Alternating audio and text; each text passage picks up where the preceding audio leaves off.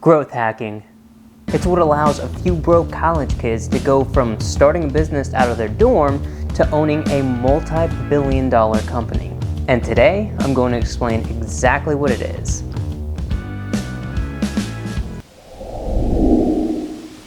What's going on, guys? JP here with another Biz Rich video. If you're new to the channel, make sure to hit that subscribe button and notification bell. I'm always posting content on how you can grow your business and bank account. Alright, now let's get into the video. In this video, I'm going to answer the question, what is growth hacking? Some of you may have heard of this in a more specific context like growth hacking marketing, and while growth hackers do use marketing, growth hacking as a whole encompasses more than what people typically think of when they think of marketing, which is why this term was created.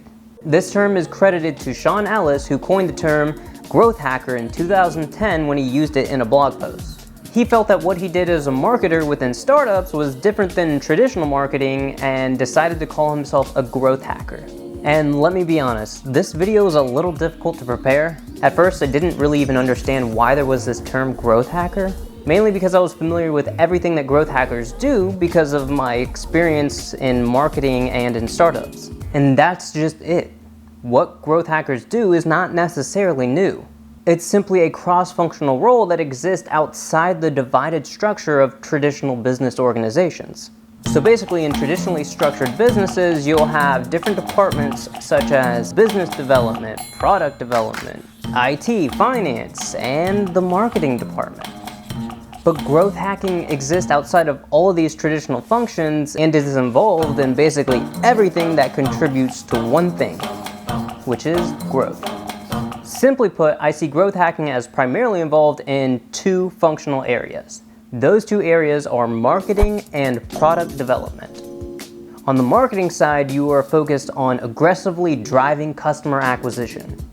And on the product development side, you are focused on optimizing your offering or product to influence growth, whether that's through better user experience that increases customer retention or designing a product that directly promotes sharing. And with growth hackers, both marketing and product development are founded in lean startup strategies, meaning you are testing, getting customer feedback, and rapidly iterating to fully optimize your product and growth strategies. Also, proper growth hacking is reliant on data-driven decisions. This is why I say that growth hacking is nothing new. Good marketers are already practicing lean strategies and making data-driven decisions, which is why there are forms of marketing like agile marketing and common data-driven practices like A/B testing and quantitative customer research. And on the product development side, we have things like agile development, and it is common knowledge that products need to be influenced by some form of customer feedback, whether it's through surveys distributed by the marketing department or through back-end data capture and analytics within the product itself. Alistair Kroll, the author of Lean Analytics, explains that growth hacking is 80% best practices and 20% subversiveness. I think this is a very important thing to note and really sums up what I've been trying to say. 80% of growth hacking is founded in strategies that product developers and marketers should already be using. But what about the other 20%? Alistair refers to this part as subversive, and I think that is good at capturing one way that growth hacking can be approached. But I think at its core, this portion is creativity. Basically, how can you think outside the box to give yourself a competitive advantage and achieve growth that your competitors cannot achieve? Something that allows a startup who likely has a smaller budget to compete with and dethrone the big guys. And in my opinion, this creativity needs to be founded in one thing.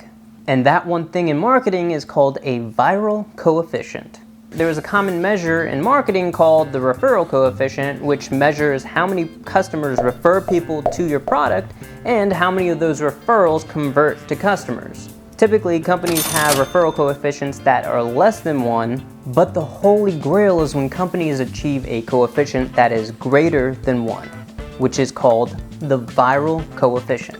Basically, it's referrals on steroids, which is when you see growth charts that look like this. The coveted hockey stick growth that all growth hackers and startups are looking to achieve. And this virality can be done on both the marketing and the product development side. I've mentioned this idea of shareability and virality in many of my marketing videos, and it really is something that should be aimed for in most marketing campaigns.